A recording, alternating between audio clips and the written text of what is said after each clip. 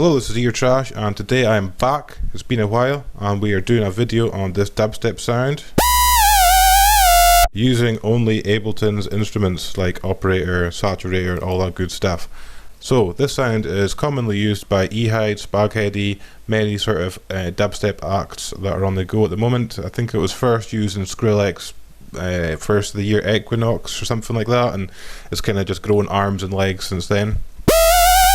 And there will be a link in the description for those who are not sound designers to just download it. But if you're interested in seeing how it's made, then watch on. So let's start off with a operator, and just put the octave down 2 by pressing shift and down on the keyboard, and there's your nice warm sub at the bottom.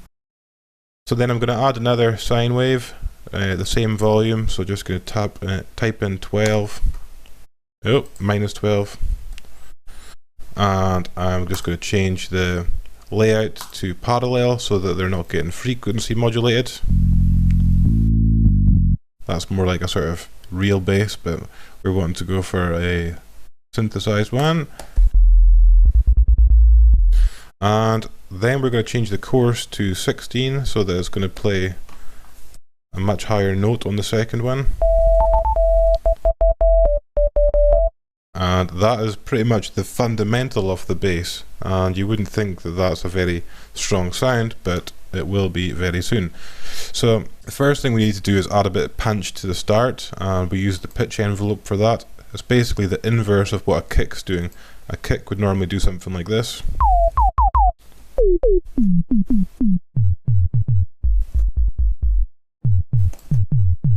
So it's instead of doing that, we're actually going to pitch it up. So this little curve is going to be inversed.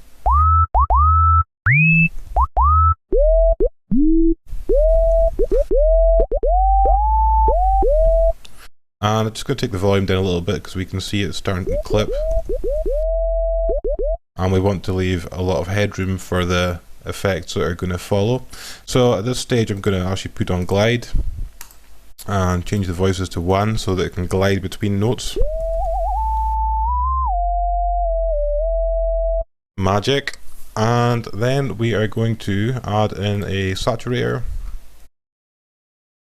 and change it to hard.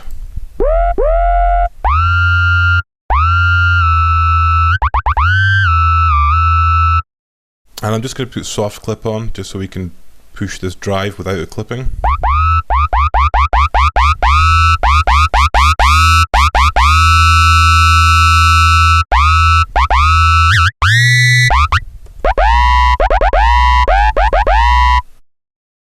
I'm actually going to put a little bit more level on the first one here, the second oscillator, sorry.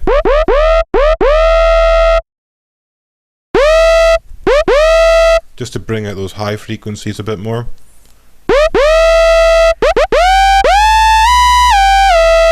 And that's pretty much the fundamental of the sound, but I'm going to put a few more effects on it just to make it sound ready for a mix. So the quality is on high, going to do a bit of low cut on the reverb.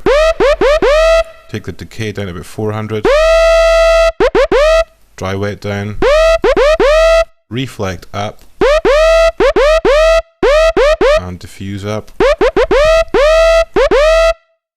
So that reverb's really subtle, which is what we want at this stage, but we're also wanting to kind of drag it out of the mix with a OTT. So what it does is basically makes the quiet sounds louder. I'm sure you're aware. So at the moment it would sound like really OTTs over the top. You couldn't really use that sound, it would be kind of lost in the mix because it's just so intense. So what we do is take the amount down and just find that sort of sweet spot.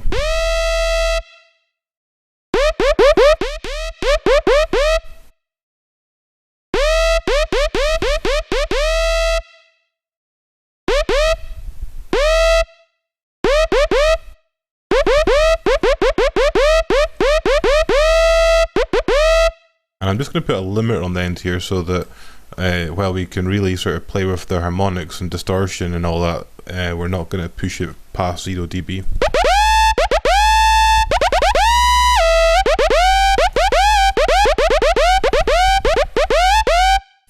At the moment it's quite mono. The only sort of stereo frequencies are coming from here.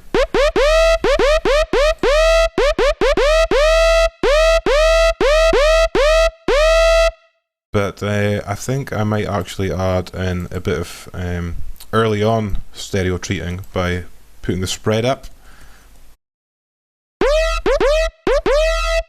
And that sounds good, but in the mix, because the lower frequencies are now sort of moving about the stereo field, it could cause some phase problems. So what we do is add in an EQ8 to the end and just drop out some of the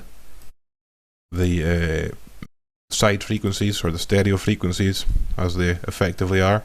So we're on mid just now, there's a side, and just going to put in a high pass filter there. So all we've got now is our pure channel on the mids, so that's the same, but on the stereo it's not going to be playing the low frequencies, and you can adjust this to suit whatever key or whatever your song is.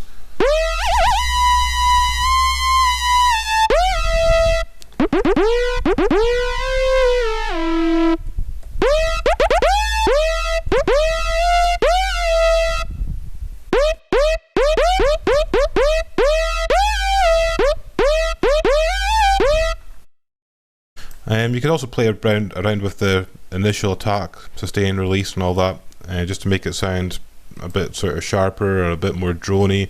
You could take this down a bit so there's a bit of punch at the start.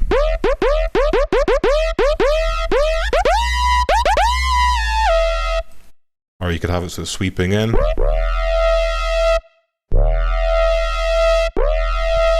But what I'm going to do now is I'm actually going to make this available for a download, because I realise not everybody wants to actually design sounds. You don't have to be a sound designer to be a producer, and vice versa. So I'm going to save this.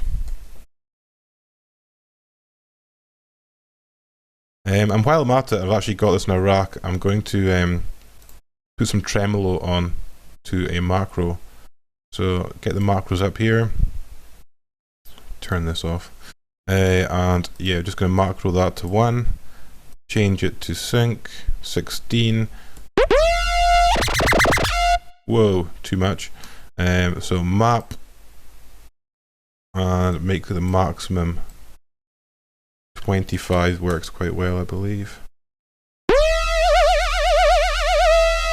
So now that you can get that tremolo effect without having to pitch between the notes, so you've got more options for pitch variation.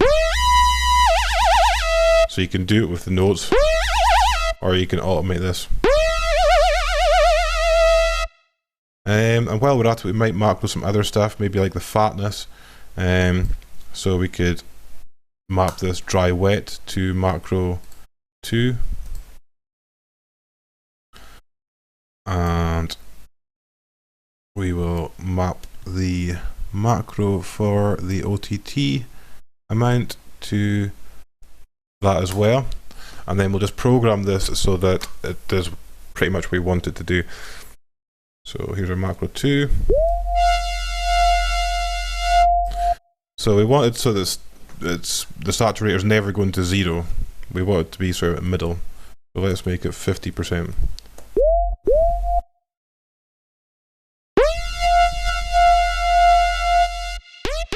Let's try a bit more, 75.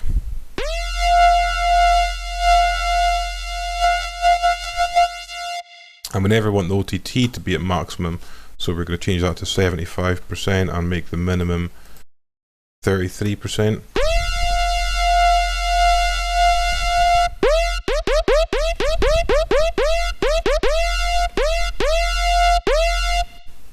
And you can hear now that we've got a bit more sort of selection with how the dynamics of the sound is. So you can change it for different projects. So on the one sound you could have it like that, or on another track you could have it like.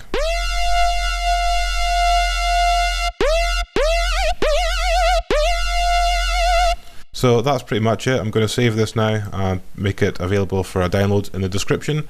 So thanks for watching. If you're new to the channel, please subscribe, and otherwise like the video, and that'll be much appreciated. And see you in the next video. Bye.